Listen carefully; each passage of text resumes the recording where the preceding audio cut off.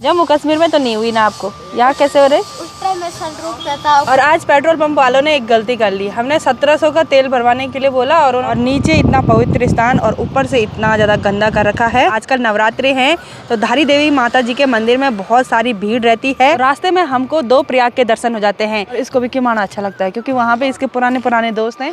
सबसे पहले आप सभी को मेरा प्यार भरा नमस्ते। मेरा नाम है प्रियंका तिवारी और आप सभी का स्वागत है देवभूमि उत्तराखंड के खूबसूरत शहर देहरादून से।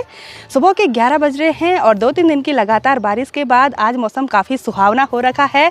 अच्छी सी तेज़ धूप खिली हुई है और इसी के साथ आज हमारी तैयारी हो गई है देहरादून वाले घर से अपने गांव त्रियुगीनाथ जाने की। तो हमारा सामान वगैरह सारा पैक हो गया है और गाड़ी की डिक्की में सामान को अच्छी तरह से सेट करने लगे हैं अमन और मेरे हस्बैंड जी।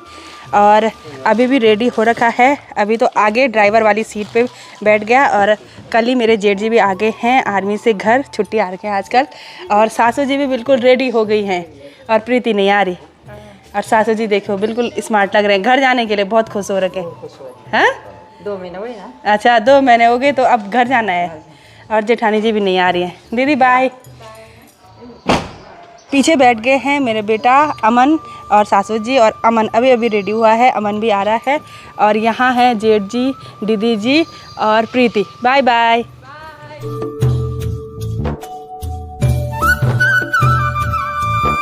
देहरादून से ऋषिकेश तक आज हम अपना सफ़र नेशनल हाईवे से तय नहीं कर रहे हैं, हम दूसरे रास्ते से जा रहे हैं क्योंकि रायपुर मार्केट में मेरे हस्बैंड जी का थोड़ा सा कुछ काम था। गाड़ी की बैटरी वगैरह लेनी थी और वो काम भी नहीं हो पाया तो अब हम यहाँ से निकल रहे हैं। और वैसे भी टाइम 1 बजने वाला है, मतलब काफ़ी लेट हो गई है।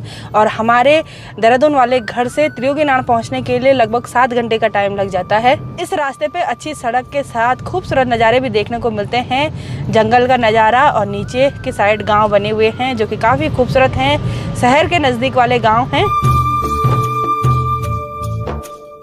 बरसात के टाइम पे इन गदेरों में बहुत ही भयंकर पानी आता है और आजकल ही यहाँ पे देखिए नया पुल बन के तैयार हो गया है और हम इसी नए पुल से होते हुए ऋषिकेश के लिए आगे बढ़ रहे हैं। और जितनी भी ये पूरी रोड है वो सारी जंगल के बीचों बीच बनी हुई है। तो चलिए जी, गांव के रास्तों से होते हुए हम मेन नेशनल हाईवे पे पहुँच गए हैं।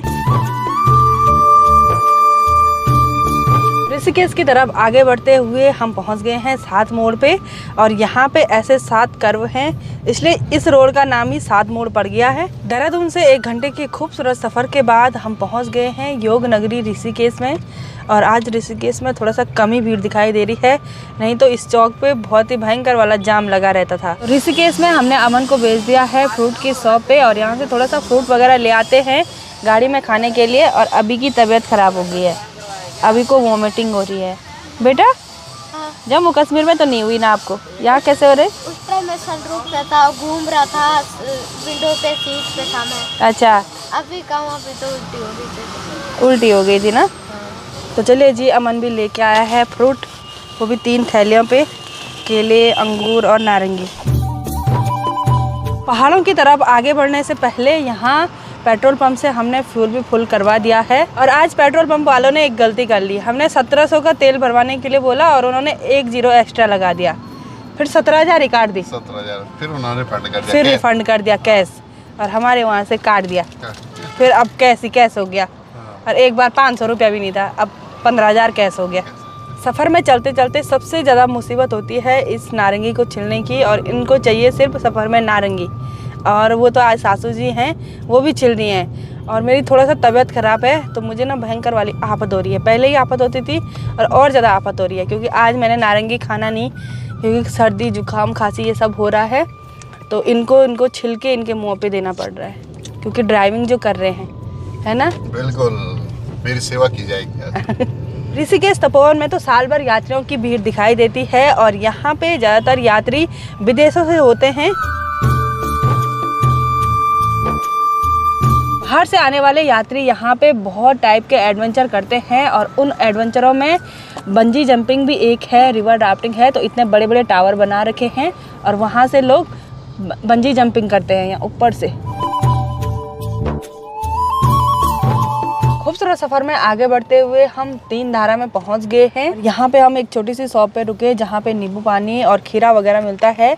तो मेरे हस्बैंड जी ने 2 खीरा ले लिए हैं। इसमें घर का नमक पड़ा हुआ है। और पहले भी हम यहाँ पे रुके थे, उस दिन में हमने ये खीरा खाया था। आज तो यही लोग खीरा खाएंगे। मुझे तो खांसी हो रही है, और जिस दिन खांसी बुखार जुकाम ये कुछ होता है ना, उस दिन जानबूझ के खीरा नारंगी ये सब चीज़ अपने सामने पे मिलता है।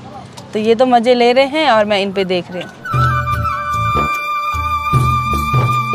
तो देवप्रयाग मार्केट से पहले यहाँ पे एक बहुत बड़ी शिव की मूर्ति बनी हुई है, जो कि यात्रियों के लिए आकर्षण का केंद्र बना रहता है।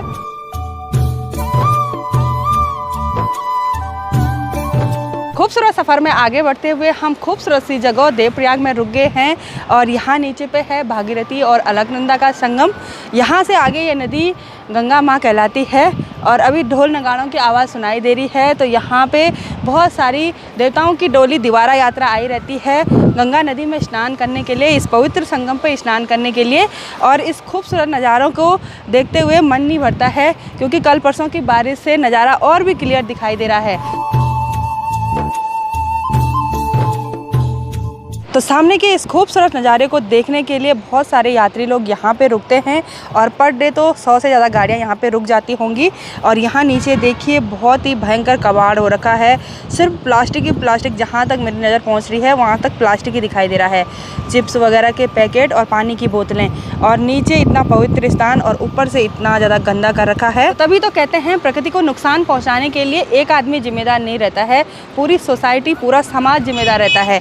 यहाँ पर अगर एक डस्टबिन होता तो सब लोग डस्टबिन में वो प्लास्टिक वगैरह डालते, और यहाँ पे एक आया दूसरा आया तो एक ने फेंका दूसरे ने फेंका, फिर देखा देखी हो जाती है। तो यहाँ नीचे इतना ज़्यादा कूड़ा हो रखा है।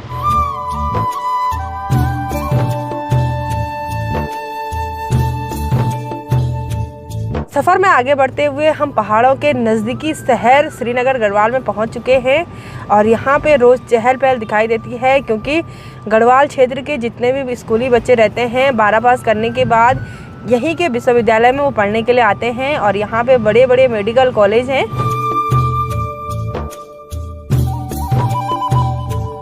खूबसूरत सफ़र में आगे बढ़ते हुए हम श्रीनगर से थोड़ा सा आगे कलियासौड़ में पहुँच गए हैं।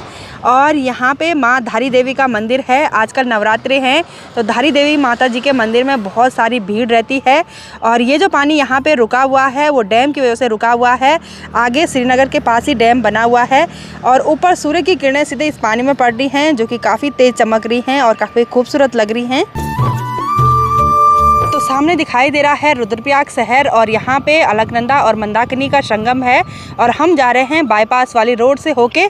सामने से जो रोड जाती है वो डायरेक्ट बद्रीनाथ हाईवे मिलती है, और ये वाला रूट मिलता है केदारनाथ हाईवे पे।